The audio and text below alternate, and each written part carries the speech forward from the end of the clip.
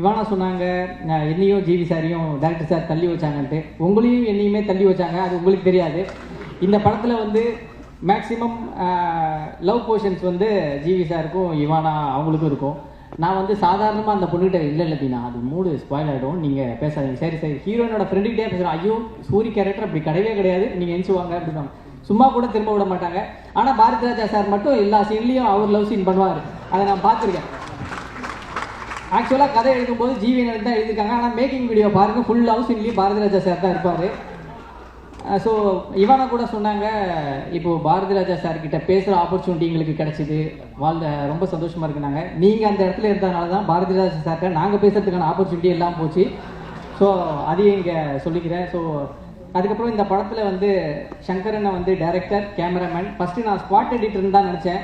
எல்லா சீனையும் அப்படியே ஸ்பாட்லேயே எடிட் பண்ணி இது மட்டும் போதுன்ட்டாங்க. உங்களுக்கு ரொம்ப யூஸ்ஃபுல்லாக இருக்கும் சேனலில் பேசு பிரதர். ஸோ ரொம்ப ஹாப்பி. அதே மாதிரி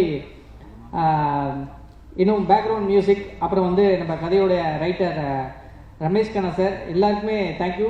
எனக்கு இந்த ஆப்பர்ச்சுனிட்டியை வந்து நான் அந்த ஆஃபீஸில் போயிட்டு சங்கரன் முன்னாடி வந்து கெஞ்சி கூத்தாடி, இந்த மாதிரி ஒரு படத்துக்காக நம்ம எத்தனை வருஷம் கஷ்டப்பட்டாலும் தப்பே கிடையாது, அந்த மாதிரியான ஒரு படமாக இதை நான் எதிர்பார்க்குறேன்.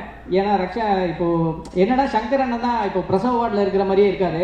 ஒரு படம் ஒன்றுமே கிடையாதுன்னு யார் என்ன வேணாலும் சொன்னாலும் நம்ம படம் என்ன எடுத்துருக்கோன்றது உங்களுக்கு தெரியும். ஸோ அதனால் கண்டிப்பாக இது ஒரு சக்ஸஸாக இருக்கும். ஸ்ரீதர் என்ன பேச தெரியல, சொல்ல தெரியலட்டு எல்லாத்தையும் சொல்லிட்டீங்க. சரி, தேங்க்யூ ஸோ மச். முக்கியமாக சொல்லணுன்னா என்னுடைய க்ளோஸ் டு த ஹார்ட் எனக்கு ஜிவி பிரகாஷ் அண்ணன்.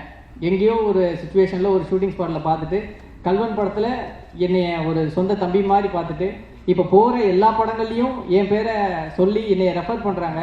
ஸோ அதுக்காக ரொம்ப தேங்க்யூண்ணே. ஸோ இப்போ வந்து அண்ணன் எடுக்கிற கிங்ஸ்டன் படத்தில் கூட நான் நடிக்க வேண்டிய ஒரு விஷயம், ஒரு சுச்சுவேஷனால் வேறு ஒரு கமிட்மெண்ட்னால பண்ண முடியல. ஆனால் அந்த படத்தில் எனக்கு ஒரு டைலாக்ஸுக்கு ஒரு ஆப்பர்ச்சுனிட்டி கொடுத்தாங்க. ஸோ தேங்க்யூ ஸோ மச்ண்ணே. மியூசிக்னா என்ன எதுவும் எனக்கு தெரியாது. அவங்க கேரளில் வந்து மியூசிக் கம்போஸ் பண்ணிகிட்டு இருக்கும்போது சும்மா 2 லைன் சொல்லு, இது சொல்லு அப்படிலாம் சொல்லும்போது எனக்கு அந்த ஸ்பேஸ் கொடுத்த இது ரொம்ப ஹாப்பியாக இருந்ததுண்ணே. Thank you so much. அண்ட் குறிப்பாக சொல்லணுன்னா அப்பா பாரதி ராஜா சார், அவர் அப்பான்னு தான் கூப்பிடணும். தாத்தான்னு சொன்னால் சீனில் தாத்தான்னு சொன்னால் கூட அக்செப்ட் பண்ணிக்க மாட்டுறாங்க. ஆக்சுவலாக என்னென்னா அவங்க ஏன் கூட தான் காம்படிஷனுக்கே வர்றாங்க மேக்ஸிமம். ஸோ சாரை பார்த்து நான் நிறைய விஷயம் கற்றுக்கிட்டேன். இவனா சொன்ன மாதிரி ஷூட்டிங் ஸ்பாட்டில் நான் தான் அதிகமாக சமைப்பேன், பாதி சீன்ஸ் இல்லாதப்போ. அப்போ ஒரு நாள் மீன் சமைச்சு கொடுத்தேன். தீனா, நீ மட்டும் பொம்பளை பிள்ளையா பிறந்தா நான் உன்னை கல்யாணம் பண்ணியிருப்பேன்டா அப்படின்னாரு.